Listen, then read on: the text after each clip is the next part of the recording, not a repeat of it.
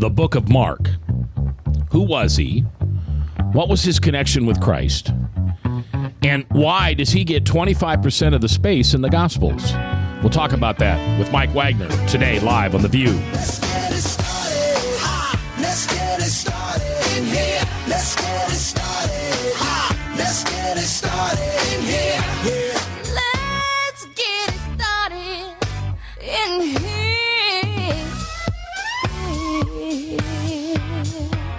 Welcome to The View from a Pew, a conversation among Christians who are out to grow their faith by asking the simple questions, the tough questions, and the stuff you really wish your pastor would talk about. Come on now, let's reason together. It's your voice we want to hear. The phone lines are open, so join the conversation. Call 855-244-0077. That's 855-244-0077. Now, here's your host, J. Michael McCoy. All right, welcome. 14th day of January in the Lord's year 2015. You know, all day today, the 14th of January, it's somebody's birthday today. And I'm going to miss it because I don't remember who. I scanned Facebook. I asked my wife. But I just know January 14th is somebody's birthday. And I'm missing it. Huh. So if you're listening and it's your birthday, I remembered your birthday. I just wanted to wait and say happy birthday on the radio. There you go. Happy birthday. You look great, by the way. Not a year past, well, much younger than you are. I hate that, though. I mean, I really hate forgetting somebody's birthday. All right, Mike Wagner from White Rabbit is in today, and Mike has an extensive background in lots of different things, and we'll tell you about that. Of course, Ryan is producing, and back, almost from the dead, is The Voice. The Voice. Frank. And Frank, thanks for filling in with me last week. You're welcome. It was a difficult week, as I've talked about on the air, and maybe you've gone through this and you're tired of hearing about it. But when somebody said to me, before December 24th, when somebody said to me, oh, my mom's in the hospital, or my mother-in-law's in the hospital, and looks tough, or my mom died, and I'd say, oh, I'm sorry. If I can say a prayer, let me know. And that would be the end of it. Well, if they asked me to pray, right. I'd pray. Sure. But I have not lost anybody at that level yet. I lost an aunt. I lost an uncle. I was 10 when I lost my grandma. So I've never, as an adult, lost somebody. Right. So here's my mother-in-law, who was life-flighted to Sioux Falls, South Dakota on Christmas Eve. And this has been just a life-changing event to be this close to somebody I love so much, and they're about ready to pass on. And so we have been back and forth to Sioux Falls. Man, I know every curve and every roadside stop. You can't believe how many McDonald's there are on Interstate 80 and Interstate 29. But anyway, just back and forth. So Frank filled in last week on Wednesday, Thursday, and Friday for me, right? Yes. All days? All days. Were they good shows? I think they were good, very good shows. Ryan, do you think Ryan thinks they were good? Yeah. Oh, my gosh. Have you brainwashed or paid him off? What have you done to him? I slipped him 20 under the table when he wasn't looking. Well, he can't be bought that cheap, so it had to be more than that. Yeah. All right, and the reason we are going to talk to Mike Wagner, he's got a passion that he wants to tell you about a little bit later. What's that called? What's that? The thing that you put on your Facebook that I can't find. What? Seed Your Church? Yeah. Yeah. Seed Your Church. It's an online conference for church volunteers and local church leaders. Seed, and Y-O-U-R? Y-O-U-R, your church. Seed like a garden seed. And it's also seedyourchurch.com, too. So you can find it there, too. seedyourchurch.com. All right, Yeah. so we'll talk about that. Yeah. But Mike is starting a Bible study on the book of Mark every Wednesday at Ryan's Steakhouse in Clive. And if you know, the first Wednesday of the month, we have Testify there. And by the way, the next Testify will be the first Wednesday of February, and Mike Ahmed is going to be my guest. Do you know Mike? I do not. He's got an incredible story. Short bit of it. He's on Anwar Sadat's cabinet in 1980, whenever it was. Right. When Anwar Sadat was assassinated, Yeah, that military review, yeah. he was 20 feet from him. Okay? Practicing Muslim. Big deal. I mean, the family's a big deal over there. Still is in Egypt. Mike escapes because he's worried about his life. comes over to America. I don't know how he landed in Des Moines, but somehow landed in Des Moines and wanted to know what all this Christianity was about. And so he started to study the Bible. And the Holy Spirit worked on him, and he became a Jesus freak like you and me. He knows the Bible like nobody else knows the Bible because he continually tried to prove that it was wrong. So he knows, well, maybe not as good as you, but he certainly knows it better than me. Yeah. And so he's going to come and give his testimony. Very good. On the first Wednesday. But he lives in Des Moines now. Yeah, he's an engineer by trade. Okay. He's the, well, anyway, it doesn't matter what he does. But so he's going to be there on the first Wednesday in February, which is what date, Frank? Oh, you have no idea. I have no idea. It's First Wednesday in the February. 4th. The 4th.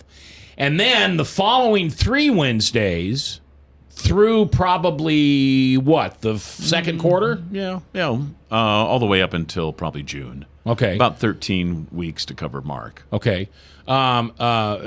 Mike is going to facilitate. No, you're a teacher. Well, we'll see what I am. He's going to teach Bible study on Mark every Wednesday after that. And so it's free of charge. If you want to eat, it's $8 or whatever it is. Yeah, pretty reasonable. Yeah, good food, too. Yeah, right. But if you're just going to come and study, you're welcome. The public's welcome. It's genderless, male and female, right? Yeah. It's not just a men's study. Yeah, Gentiles can come, Non-believers. Yeah, Galatians, Scythians, anybody want to come. Yeah, Pharisees like you, Frank, you're welcome to come. Canaanites. Anything. I really don't. Moodites. Yeah, Hawkeye fans. I mean, it could No, be. whoa. Is that where we draw the line? We draw the line at Okay. Hawkeye. I knew there was a place where we drew the line, but I don't know You and where. I are both from Nebraska. That's right. We are At some Cornhuskers. point, we got to draw the line. There's only so much grace. That's Okay. right. Only All right. so much. We have With this exhausted infinite grace now. Yeah, I'm a big Kurt Ferentz fan now, though. So anyway, so it's free, and you're welcome to come. And I think we're going to be open for some debate. Yeah, well, we'll see. I mean, I don't want anybody standing at the back saying, God is dead like they did in the 1966 Time magazine. But if you're a seeker, you've got some questions or something, we want you there. This is an open Bible study. So it's Ryan's Steakhouse, 86th Street in Clive, right there. Everybody knows if you say next to Krispy Kreme donut. And so we welcome you there. It'll start at noon and sharply at 1 o'clock, and then probably conversation after that. Now, Mike, you were a pastor for 14 years? 17 years. 17 years, all right. And what denomination, or were you non-denominational? I serve both independent Bible churches, so evangelical churches, and then also worked with what was called the Baptist General Conference. Okay. It's now called Converge, but it was historically a relatively small 700 or 800 churches across the United States, made up historically of Swedish immigrants. Really? Yeah. So it's There were 3 basic denominations that grew out of this big Swedish immigrant, influx. And you had the Covenant Swedes, so Swedish Covenant churches, sometimes just known as Covenant. I think North Park Seminary is their seminary. But you went to Dallas Seminary. I went to Dallas, and so they didn't card me very well, didn't vet me very well, so I got to work with them. But their seminary historically has been Bethel Seminary up in the Twin Cities. And then the Evangelical Free Church also has a Swedish heritage. And TEDS, Trinity Evangelical Divinity School in Chicago. TEDS? It's I sometimes thought you called meant TEDS. Coney Island. No, TEDS. TEDS, okay. Sometimes that's just shorthand for Trinity, which is a very, very good seminary good. as well. All right. And then you went into private sector. Yes, for 18 years, kind of like a half and half now. Yeah. So then in the marketplace for 18 years. And now you're back hanging with us Episcopalians. Well, I'm pretty open to anybody who wants to follow Christ. So that's where I'm at. But you're That's doing where I worship. sermons. Yeah, so right? I'm You're invited preaching. to preach. I'm invited to work with various denominations and local churches, trying to kind of renew their commitment to the mission that Christ has given us. Good. All right. Yeah, so that's what we're doing. I can tell you, and I do not mean this sarcastically, and if there's an Episcopalian or someone out there that takes question with this, I will stand for what I am saying, and I will be held accountable, and I'll be more than happy to answer to you. But the Episcopal Church needs Jesus. It needs Bible studies. It needs discipleship. Most Episcopal churches, there is no one under 40. There are no young kids. There are no families. and they certainly don't understand discipleship. And I can say that because I'm a cradle Episcopalian. So guys like Mike getting involved with that is awesome, and I'm so happy you're doing that. All right, so we're going to study Mark for a few months. Who was Mark? Well, he was a physician, right? Well, I mean, if you back up a little bit, technically the Gospel of Mark is anonymous. So it doesn't. Really? Yes. So technically it's an anonymous piece of work. Now, the church tradition is that John Mark, the companion of the companion of Peter and also of Paul, Barnabas. Barnabas and Silas, yes, who probably was a resident of Jerusalem. His mother, Mary, probably was the owner of the home where Peter went when he escaped from jail in Acts chapter 12. Not Jesus' mother Mary, a different Mary. Different Mary. And so he was probably a Jewish Christian, born and raised in Jerusalem originally. Not an eyewitness to the events of the Gospels. And so anyhow, Papias is one of the early church fathers who wrote about him in early 2nd century. And it's been pretty much the universal tradition of the church that Mark wrote the Gospel of Mark. But technically, it's an anonymous gospel. Now, when you say John Mark, and I'm sorry I'm ignorant, I'm just learning like everybody else, John Mark isn't the John from Matthew, Mark, Luke, and John. No. Right, John okay. Mark is the John Mark from the book of Acts. Okay, all right. Goes on the first missionary journey with Paul, kind of disappoints him because he wants to bail and go back, cousin to Barnabas. But wasn't one of the 12. No, not one of the 12. Like Paul never knew Jesus alive? Here's where there is a little bit of speculation on that. Most of what Mark writes about, let's assume that we're right about this and that church tradition's right about this, is that Mark wrote this as an interpretation and a restatement of what Peter taught him. Yes. So Peter was the eyewitness. Peter was the person there. Now, there is at the end of Mark an interesting story about a young disciple of Jesus in the garden, if you remember the story. And he ends up running away from the garden naked as Jesus is arrested. You remember that story? Mm-hmm. Okay. And some people think that might be the little bit of autobiographical story of John Mark. So he may have been witness to the last week of Christ's life, but not part of his early ministry before he came to Jerusalem. So where did he learn about Jesus? From Paul? From Peter. From Peter. He's considered a companion of Peter.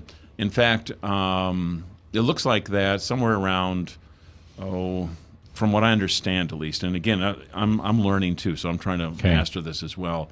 But somewhere in Rome, he finds himself with Peter.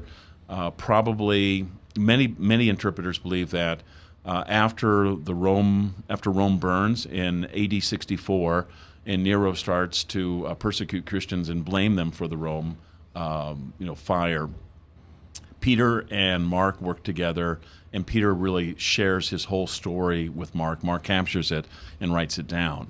So what's the difference between Mark and 1st and 2nd Peter? Well, Peter writes Peter, and Mark just simply listened to a first-hand witness and then writes it down. Okay. And I'm not familiar with the book of 1 and 2 Peter, but are they similar to Mark? Well, those are epistles written to churches, Okay. particular issues. So they're more like They're really Paul's not epistles. Gospels. Yeah. They're not. Gospel is it's a historical narrative with theological intentions. That's Okay. one simple way to kind of capture what it is. And in some cases, a lot of people would say it's a unique form of literature that was invented. One of the other things that's interesting about Mark is that, for the most part, Mark was neglected from the early 4th century all the way to the 19th century. It wasn't read very much. Really? It was considered an abridgment of Matthew. It wasn't valued. But it was always one of the It was four always Gospels. one of the. It's right. It's always part of the canon. Always there. Mike Wagner's my guest today from White Rabbit. We're discussing who's Mark? Where did he come from? Why does he get 25% of the page in the Gospels?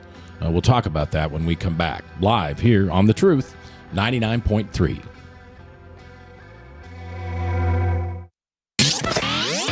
From the RE/MAX Real Estate Concept Studios, this is Webcast One Live.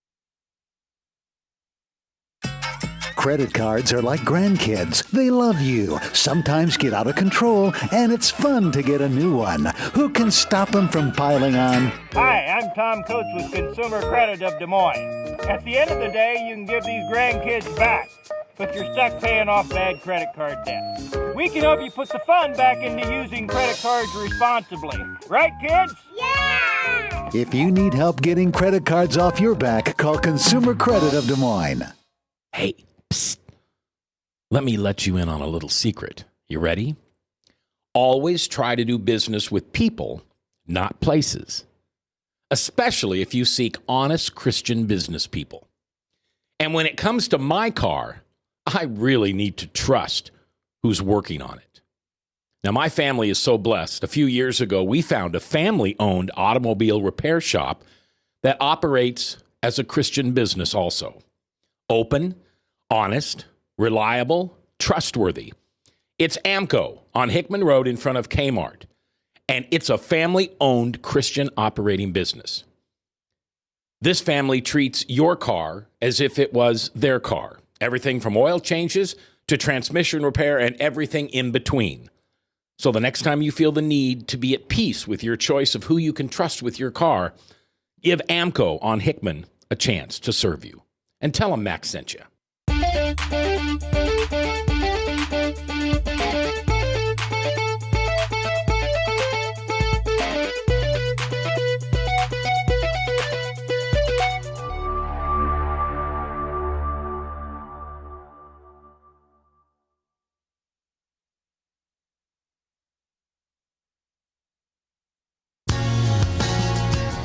We've got questions. You've got the answer. Join the conversation.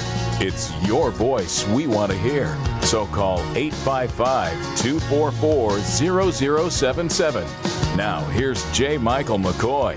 All right, welcome back. 21 minutes after the hour. Good afternoon if you're listening to 99.3 KTIA. I appreciate it. This is The Truth. It's the 14th day of January. Happy birthday if it's your birthday. Ryan is producing the show today. The voice. Frank is in, and I thank Frank for filling in for me last week. I'm J. Michael McCoy. If I haven't told you lately, love this job. Couldn't do it without you. My special guest today is Pastor. Well, you don't like to be called pastor, right? You I just don't think that would. I mean, I'm just a guy like everybody else in the marketplace. I'm a layperson that's serving the churches and ministering. But you're ordained. Yeah, I am. I'm not pastoring the church, so okay. That kind of confuses people, I think. All right. So half the world's trying to get the name pastor before their name, and the other half are saying that's not a big deal. Run away. Yes. Yeah. No. I know that Pastor Mike would be preferred to call preacher boy. And if you look at most of the bios from our church, they don't say Pastor Jeremy Johnson, Pastor Richard Webb. They just say Jeremy Johnson, Richard Webb. Yeah. They don't say pastor before that. Yeah. Well, it's we have a society that values the familiar.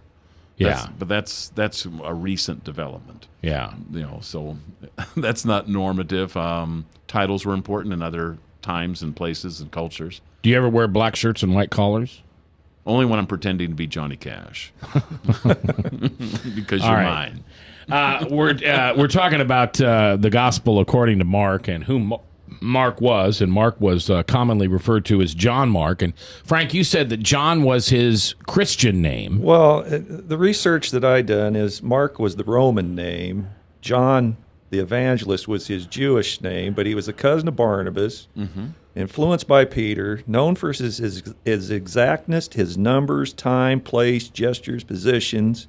He wrote in not a continuous narrative or natural sequence, but of graphic delineation. So if anybody wanted to know something particular about Jesus, they went to Mark's information.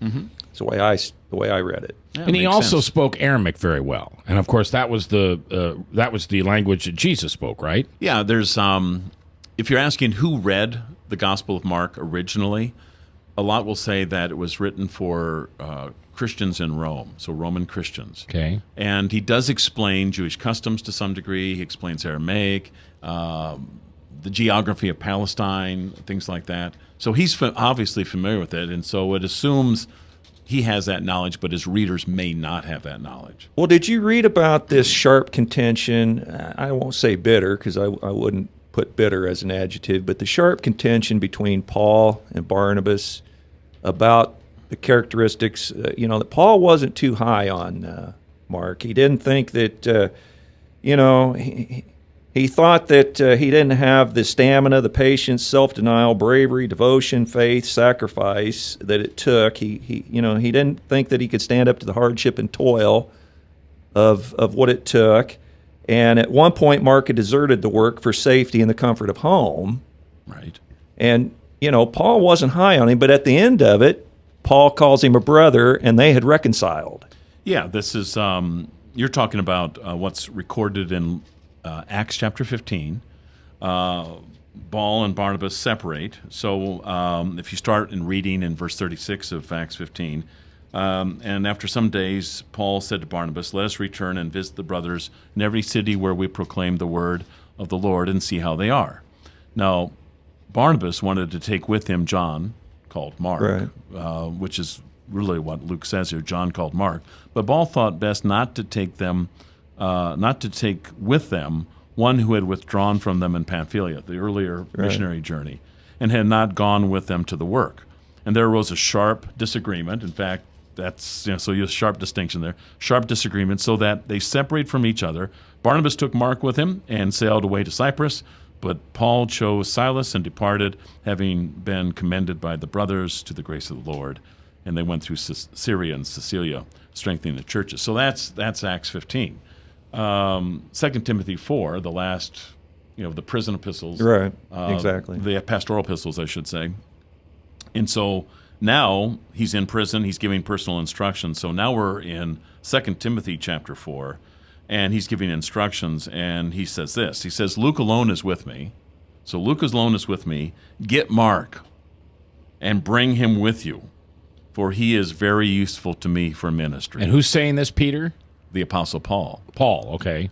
So both Paul and Peter have pretty strong association with John Mark. So he's one of these people that was close to where the ministry action was happening. But he was a young man when he started off, and he made, maybe he was homesick. Maybe he wasn't as valuable as he could have been to the ministry. Yeah, it was human stuff.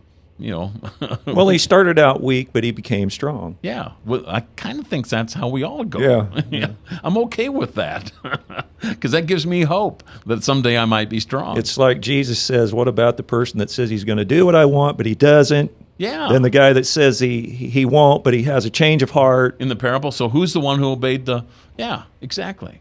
So, yeah. If you read about Huss and Jerome, that was a similar thing. Jerome kind of frayed from the fight, but then at the end, Jerome ended up being burned at the stake. Well, this happens. We were talking about Episcopalians earlier, and the Episcopal Church and the larger church, which is called the Anglican Church, the Church of England, which is what gave birth to the Episcopalians, one of their original founders, if not their original founders, Thomas Cranmer.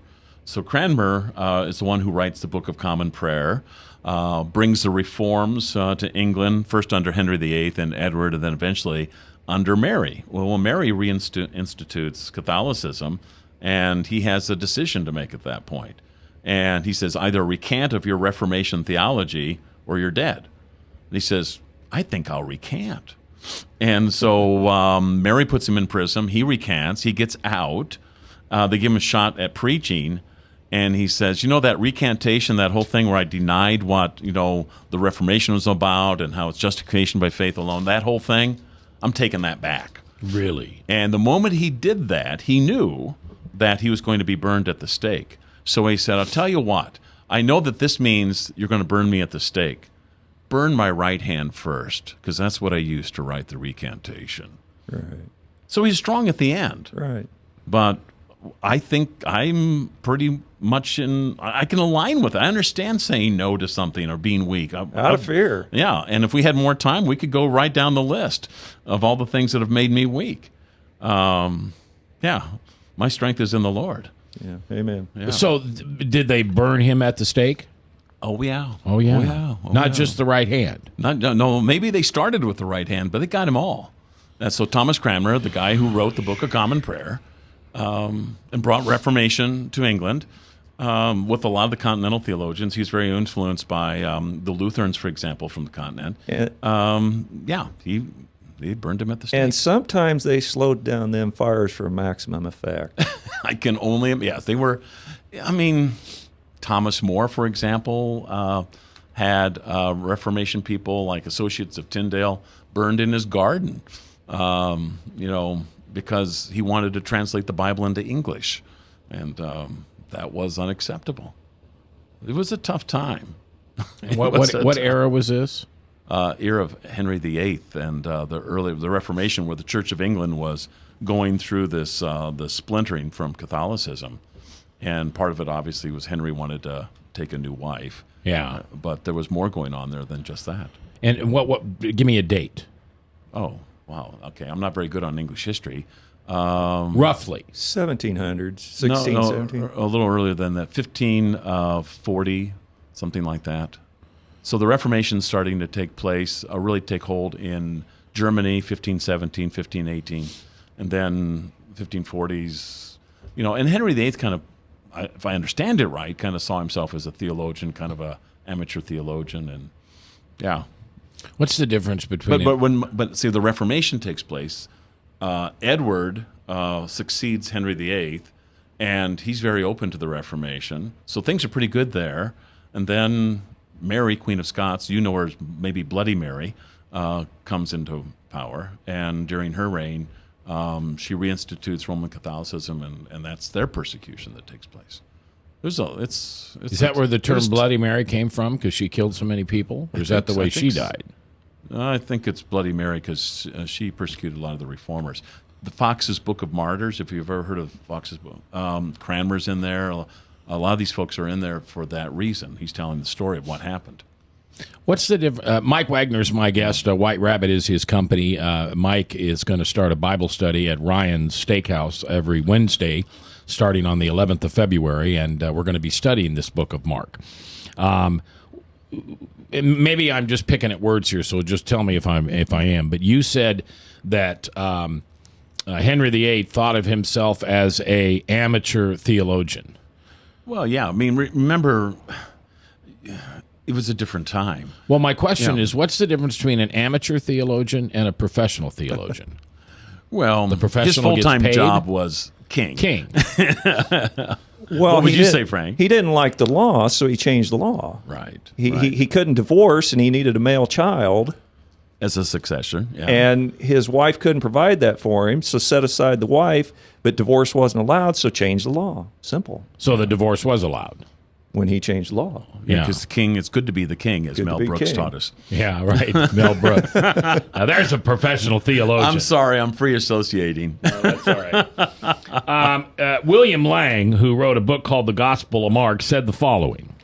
Mark's gospel has been described as a passionate narrative with an extended introduction. The reason that almost half of Mark's 16 chapters describe the final period of Jesus' ministry is that it is in his suffering, death, and resurrection that the revelation of God in Christ is most clearly seen. You agree with that? Yes. In fact, I think you misread what Lane said. It's misread it. Yes, you did. You said passionate narrative. It's passion narrative. Oh, you're right. And you're right. That's my guess is what it I'm sorry. says. You're right. And all that means is that it's the whole course of this is that as you read through the Gospel of Mark, it's clear that no one knows who Jesus is. And I think part of what Mark is trying to say is that you can't know who Jesus is apart from the cross. And until we get to the cross, you're not really going to understand who Jesus is. So over half of the book of Mark is about going to Jerusalem for the crucifixion and ultimate resurrection. So half of the book is devoted to that, and I think that's what Lane is talking about. Yeah. The first 8 chapters are preface, and they do deal with the earthly ministry of Jesus. But after that, the first of 3 announcements that Jesus gives is, I have to go to Jerusalem, suffer, and die, and they're on their way to Jerusalem. Well, wouldn't you agree the disciples didn't even comprehend nothing until after the ascension, or slightly before the ascension? You know, he walked on earth a season, and then all of a sudden they're pumped up and ready to go, but they were all cowering for fear. Right. Before Christ come and said, "Hey, I'm here. I'm resurrected." I don't think they fully understood it until after Acts 2, where the Pentecost, where the Holy Spirit is given. Because in Acts 1, verse 7, they're saying, okay, is it now that we're going to get this kingdom that we've been looking for? Yeah. And you're going to kick the Romans out, right? You're going to do that, right? Yeah. And then the kingdom of God's going to come. Yeah. And then Jesus says in Acts 1, verse 8, it's not for you to know the times and the seasons, but here's what you do need to know. The Holy Spirit's coming, and you will become my witnesses in Jerusalem, Judea, Samaria, and the uttermost parts of the world. And they said, okay, we still don't get it, do we? You don't know it, but you're going to find out. It's the study of Mark with Michael Wagner, today live.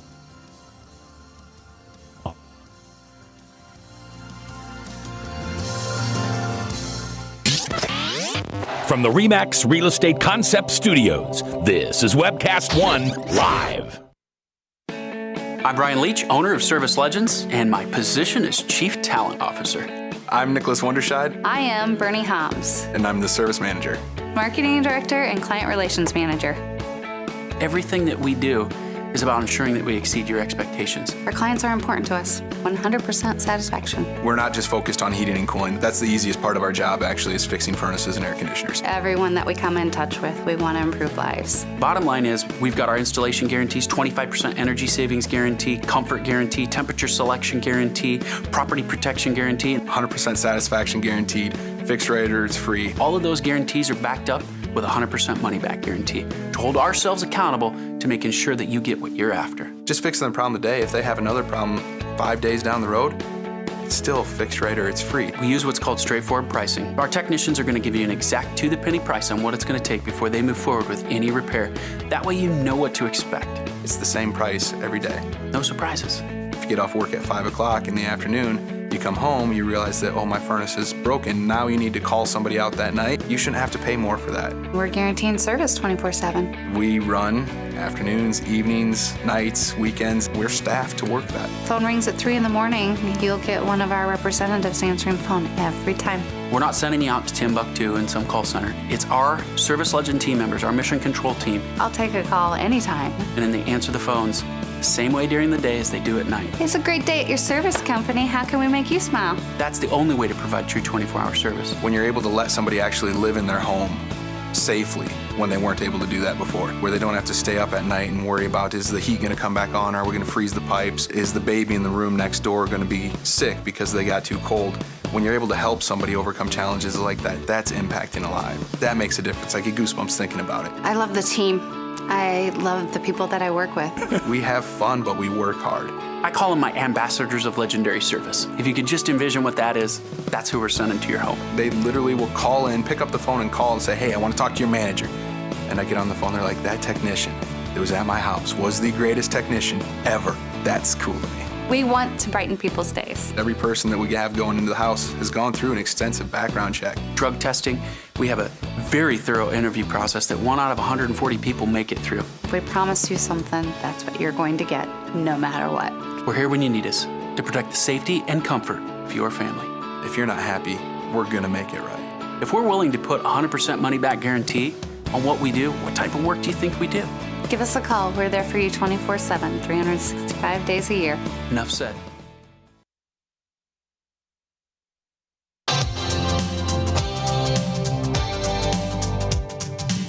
We're the ones in the pew, not pulpit. Come on now, let's reason together. The phone lines are open, so call 855-244-0077. Now, here's J. Michael McCoy. Welcome back. 22 minutes before the top of the hour, Salem Radio Network News. At the top of the hour, then Michael Mudloff and True Blue from Westkirk Presbyterian Church. Before we get on with a little more Mark, tell me about one of your passions, which is Seed, SEED, your, YOUR, church.com, seedyourchurch.com. What is that? Well, thanks for asking. During the last half of last year, I was given lots of opportunity to work with various churches and various denominations around the country. And one of the things that began to weigh heavy on my heart was I would be at these events and I would see who was attending the events. And these typically were professionals in the sense that they were paid pastors or clergy or staff members of some sort or another. And that's appropriate. It's the way it should be, I guess. But I began to think about many, many churches who really have committed lay leaders on their church boards, their church councils, volunteering to do all kinds of ministry, that there's no budget to send them anywhere. They can't get on a plane, pay for a hotel, pay conference fees, and to be exposed to some of the best thinking that might help them, encourage them, or give them new insight into their ministry. So what we came up with is the creation of an online conference for local church leaders and volunteers that would be relatively inexpensive, less than $100. And we've lined up 15 different speakers from around the country to speak on what we think are relevant issues that a lot of local churches, these are not necessarily the mega churches, these are the churches that day in and day out, Sunday after Sunday, are trying to figure out how do we do ministry in America in the year 2015. Those are the people we want to help and serve. And so February 22nd will be our first online conference. Okay. So you can watch it in your pajamas. You don't have to go anywhere. You can put it on a big screen and have your entire board watch it together. There'll be 15 presenters doing 12 to 15-minute presentations on relevant subjects that a lot of us face if we're running local churches and trying to serve and develop our ministries. And is this free of charge to watch? No, it's going to be about $99. Okay. And what is that? February 22nd? February 22nd. You can register now, and at seedyourchurch.com. Mm-hmm. Yeah. Okay. Yeah. It's for us. It's a project, an experiment, but it's an alternative way rather than get on a plane, go to a conference, and spend $1,000 or more to do that. Yeah. Relatively inexpensive. Put it up on the big screen, and 1,800 people, I don't care, but as many people as want to watch it can watch it and learn from it, and it starts the conversation inside a local church. Wow. Okay. Yeah. So we'll see what happens. Yeah. All right, Mike. I don't know of anything quite like it. I'm sure there's bits and pieces of it, and there's nothing new under the sun, so I'm hesitant to say that, but it's an experiment. We'll see how it goes. And where's it live at? In each individual place, wherever the person is? They're going to watch it live. What they're going to be doing is they'll watch the 12 to 15-minute presentation by a speaker, and then I'm the MC. So what's going to be live is my MC work of here's this presenter, here they present. Then we'll take and field questions. Some of our presenters can be online live with me after their talk. And so it's kind of like it's short form, so it's like a TED Talk. So it's going to be, It's not exhaustive. You're not going to sit and listen to something in 50, 60 minutes. It's going to be 12 to 15 minutes. Okay. For example, I have a presenter that has a vacation Bible school that has a waiting list for people to get in. It's that powerful with kids. And she's going to talk to us a little bit about her team and how they plan and developed a vacation Bible school that people get on a waiting list just so their kid go be part of it. Wow. What community is that in? You remember? Yeah, I do remember. It's right here in Des Moines, Iowa. Is it my church? No, it is not.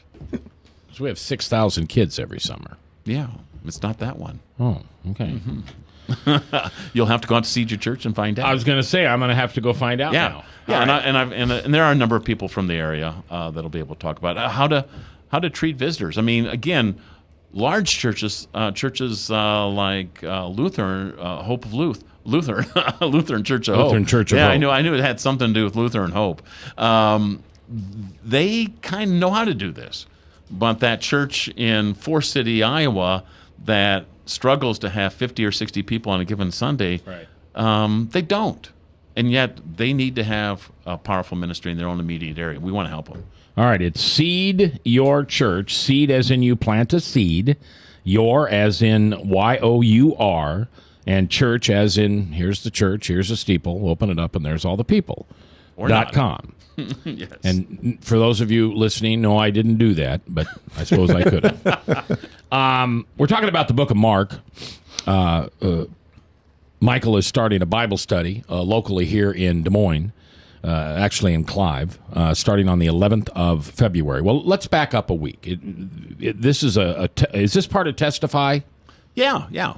So the first Wednesday of the month. The study side of Testify, and the sharing part of Testify is the first Wednesday. Is that one way to say it? Yeah. I don't know. First Wednesday of the month is we do prayer requests, and then we have someone come and give their local testimony, and then questions and answers. And the following 3 Wednesdays, Mike's going to lead a Bible study, and we're going to start with Mark. And who was Mark, and what was it about, and why does this gospel deserve 25% of what we call the Gospels? The most important writings of any authors ever on the planet Earth. And I might also say the best sold. Yeah. So it's not just my opinion they're the best, but they're the most sold authors on the face of this earth. Yeah, well, them and the other Bible authors. Yeah. You know, if I could trace myself back to one of the my DNA. Thinking the royalty issues? Yeah. I'm thinking the royalty issue. Frank's smiling knowingly. Yeah. Here's a question I have. Now, the Bible that I have in front of me, and I have different Bibles that I use, but this is my primary Bible. Uh-oh. And this is the New Living Translation. NLT. Yeah. Okay.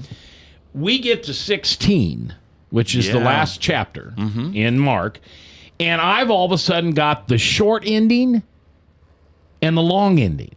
Yeah, we'll talk about that when we get to chapter 16.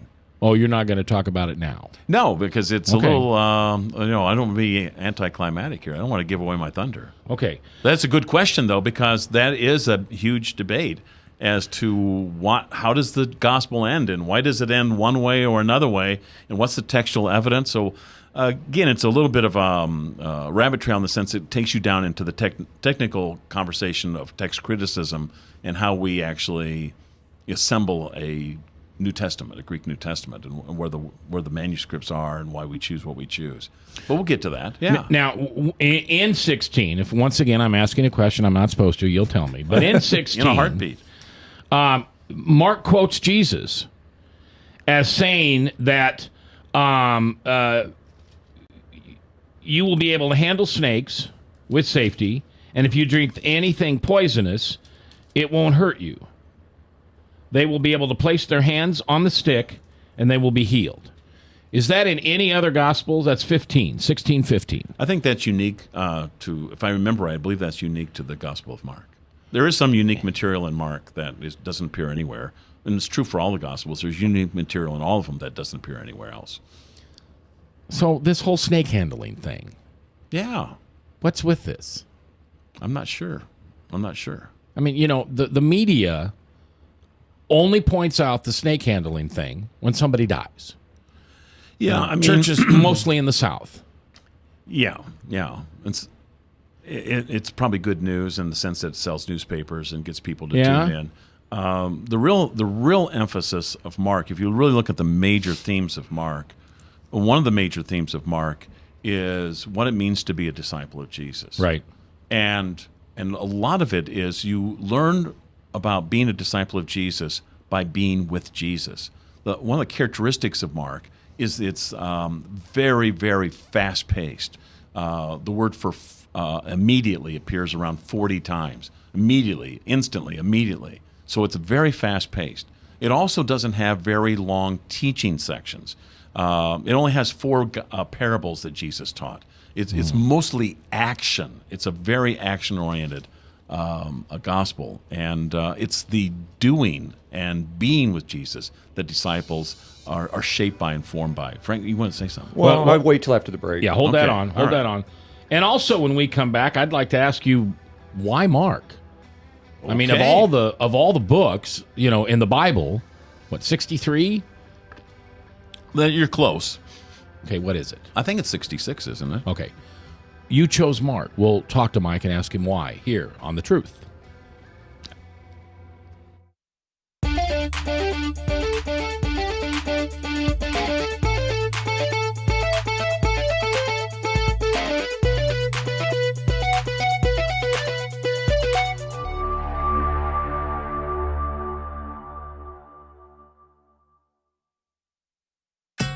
Credit cards are like grandkids. They love you, sometimes get out of control, and it's fun to get a new one. Who can stop them from piling on?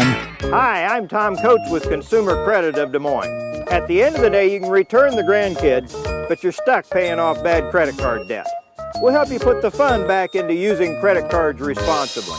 Right, kids? Yeah! If you need help getting credit cards off your back, call Consumer Credit of Des Moines. Hey, psst. Let me let you in on a little secret. You ready?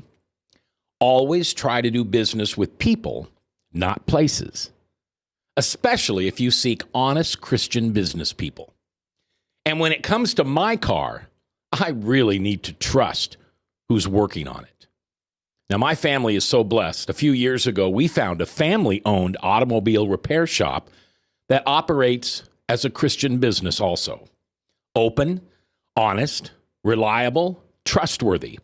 It's AMCO on Hickman Road in front of Kmart. And it's a family-owned Christian operating business. This family treats your car as if it was their car. Everything from oil changes to transmission repair and everything in between. So the next time you feel the need to be at peace with your choice of who you can trust with your car, give AMCO on Hickman a chance to serve you. And tell them Max sent you. From the RE/MAX Real Estate Concept Studios, this is Webcast One Live.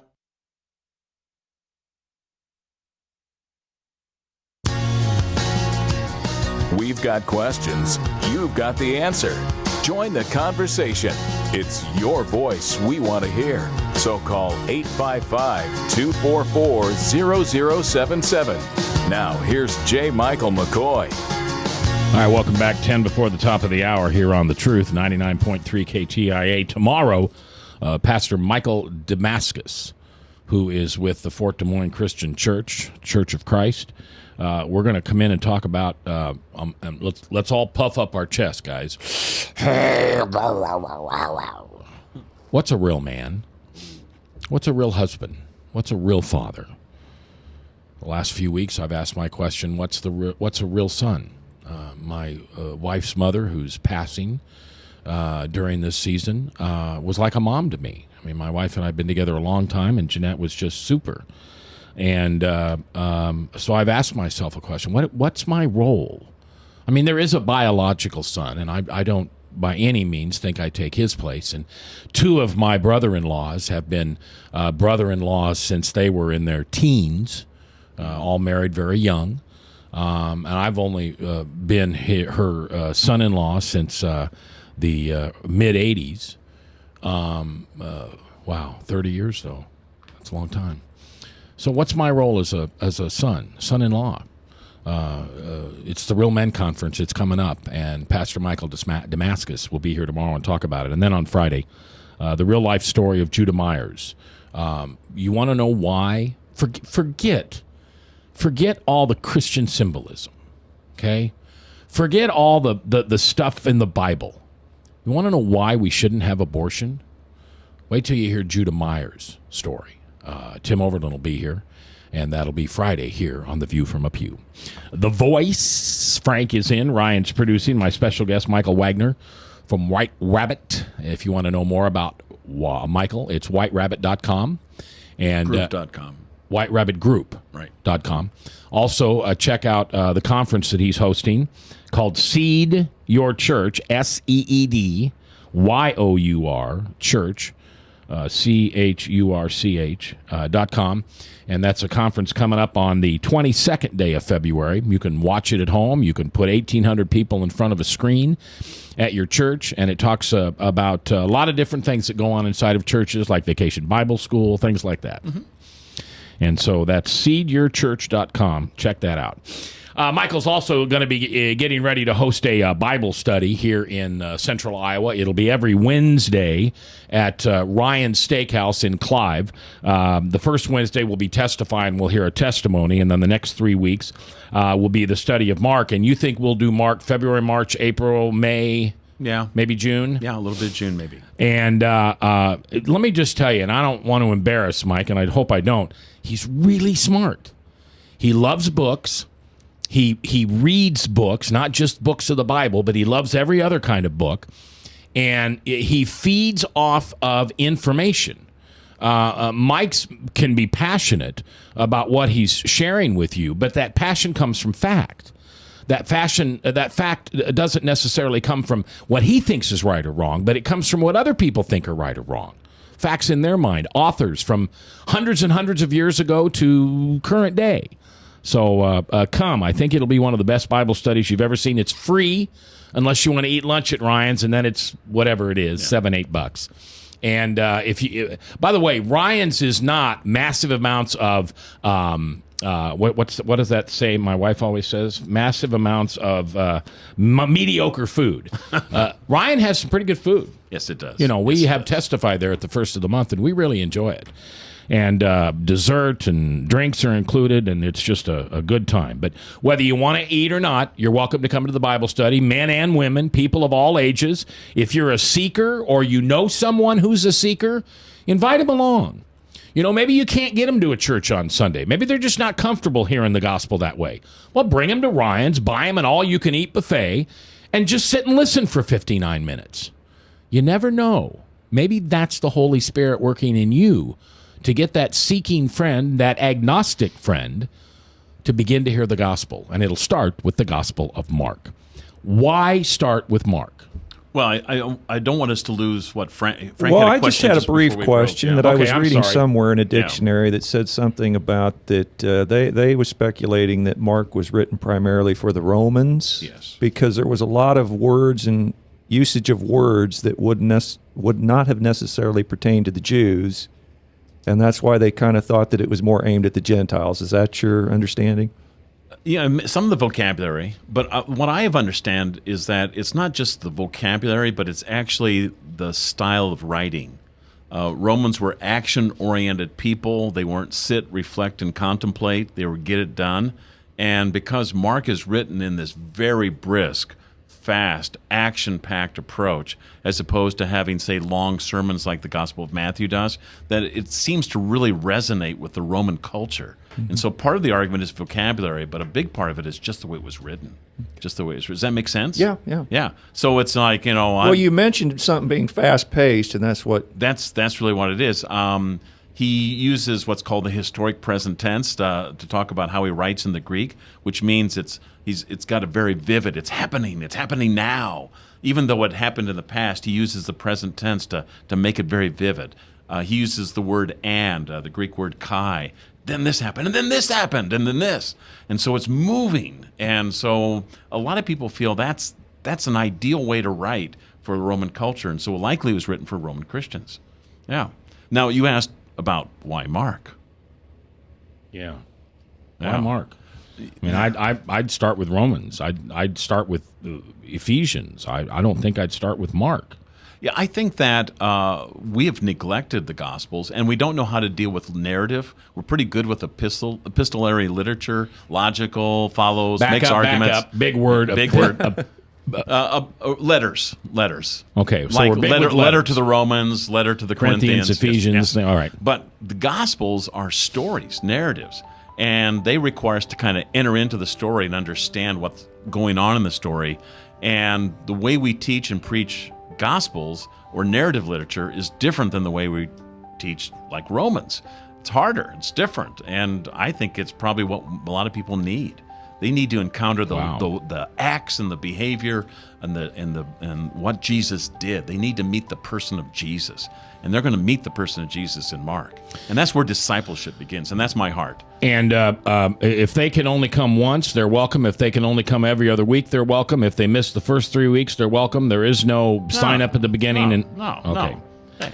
All right, it's Testify at Ryan's Steakhouse Wednesday over the noon hours. First Wednesday of the month is our live testimony. Mike Ahmed is our guest for February. And then the following 3 Wednesdays will be the Book of Mark, taught, facilitated, led by Mike Wagner, who you've heard on the radio today. If you want to know more about Mike, go to White Rabbit Group. That's right. Just like Elmer Fudd would say, White Rabbit Group. .com, and also check out his seminar coming up on the 22nd of February at seedyourchurch.com. Frank, thank you. Ryan, thank you. Mike, thank you. I'm J. Michael McCoy, and I thank you for listening because I love this job and I couldn't do it without you. Tonight, it's Wednesday. Why not? Take a resentment you've got towards somebody. That poison that's been eating your brain for so many days, weeks, months, years, maybe your whole life. Tonight, give it to Jesus and just forgive. See you tomorrow.